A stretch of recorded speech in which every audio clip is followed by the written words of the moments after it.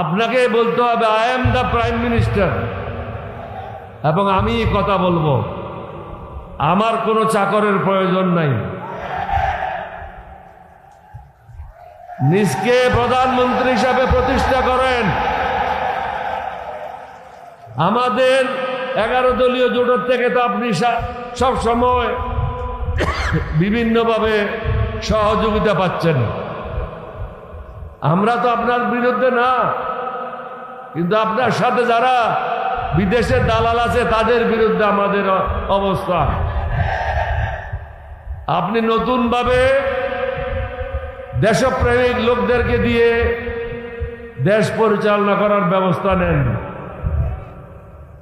আমাদের অনেক বক্তা এখানে বলেছেন যে আপনাদেরকে সুযোগ দেওয়া হবে, আমাদের পক্ষ থেকে কোনো ধরনের আপনাদের বিরুদ্ধে আচরণ করা হবে না, কিন্তু আমাদেরকে অস্বস্তিকর অবস্থা থেকে মুক্তি দিতে হবে।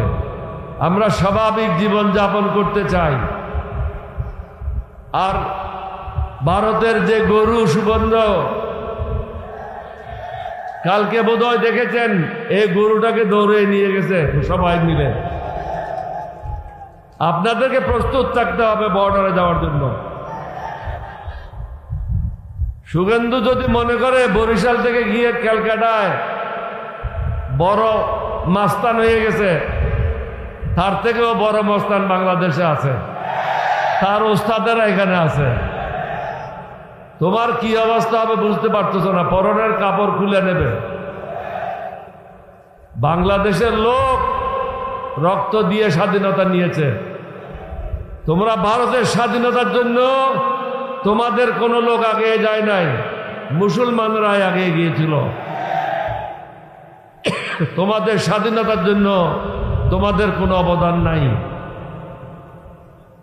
যেহেতু সময় নির্দিষ্ট করে দেওয়া হয়েছে, আমি আর বেশি সময় নিতে চাই না। আজকে আমাদের মূল বক্তব্য হচ্ছে আমরা যে সংস্কার চাই, এটা শফিকুর রহমান সাহেবকে আরো শক্তিশালী করার জন্য না, বা আমাদের বিরোধী দলীয় প্রধান হুইপকে আরো বেশি ক্ষমতাশালী করার জন্য না। আমরা চাচ্ছি আপনাদের ক্ষমতা আপনাদের কাছে ফিরিয়ে দেওয়ার জন্য। এবং আমি শফিকুর রহমান সাহেবকে এটাও বলবো, আগামীতে কিভাবে ইলেকশন সুষ্ঠু হবে, এখন থেকে আপনাদের লোকদের মাধ্যমে এটা রিসার্চ করেন, গবেষণা করেন। যদি প্রয়োজন হয় ভিন্ন পন্থা অবলম্বন করে সুষ্ঠু নির্বাচনের ব্যবস্থা করেন, যেখানে পুলিশেরও প্রয়োজন পড়বে না, আর্মিরও প্রয়োজন পড়বে না।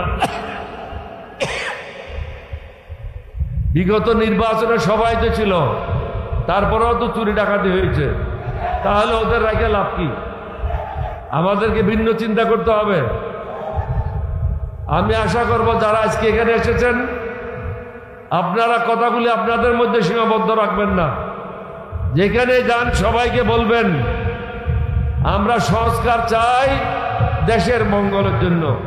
আমি তো একটা মিটিংয়ে বলেছি, তারেক রহমান সাহেবের ভয় পাওয়ার তো কোনো কারণ নাই। আপনি 2 বার প্রধানমন্ত্রী থাকতে পারবেন, 2 বার রাষ্ট্রপতি থাকতে পারবেন, 20 বছর সুযোগ পাবেন, আর কয় বছর দরকার? তাহলে এই যারা আপনাদেরকে কুপরামর্শ দিচ্ছে তাদের কথা কেন শুনছেন? সংস্কারগুলি প্রয়োজন দেশের মঙ্গলের জন্য, এটা কোনো জমাতের জন্য না, 11 দলীয় জোটের জন্য না।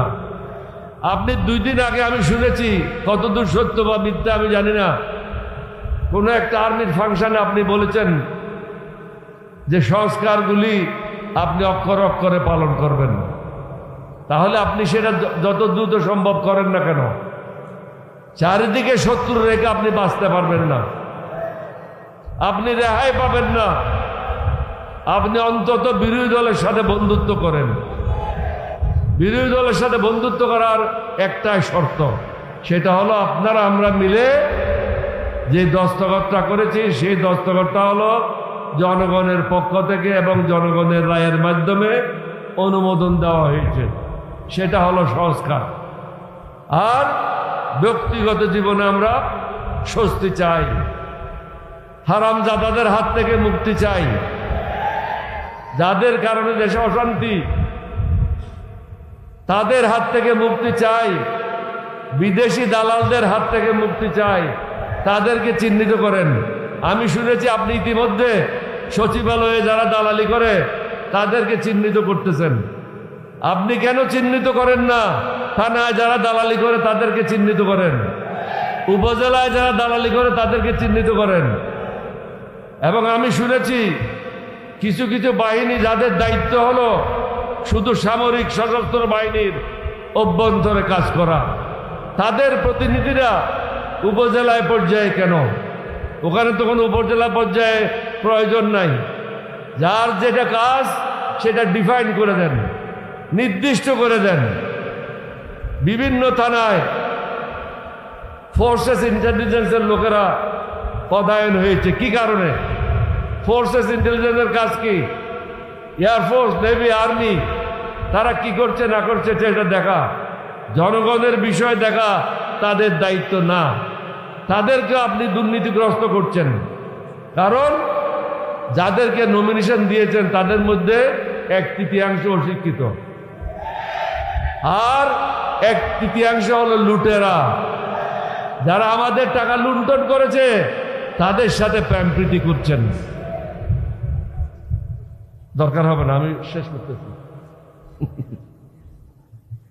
যারা আমাদেরকে ধ্বংস করেছে তাদের সাথে মহব্বত করছেন।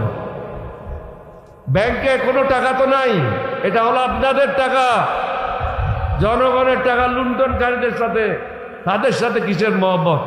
হাত পা ভেঙে গুঁড়া করে দেন, যাকে যেখানে পান ধরেন। এখানেও যদি কোনো কানে পান তাদেরকে ধরেন, হাত পা গুঁড়া করে দিয়ে থানায় সোপর্দ করেন। এরা হলো দেশের শত্রু, জনগণের শত্রু। আপনারা যারা আসছেন এখানে, আপনাদের একটা নীতি আছে, নৈতিকতা আছে, আপনারা দেশে সুশাসন চান। এর বাইরে যারা আছে, যারা এগুলি বিশ্বাস করে না, তাদের বিরুদ্ধে অবস্থান গ্রহণ করেন। আপনাদের সবাইকে ধন্যবাদ। আমি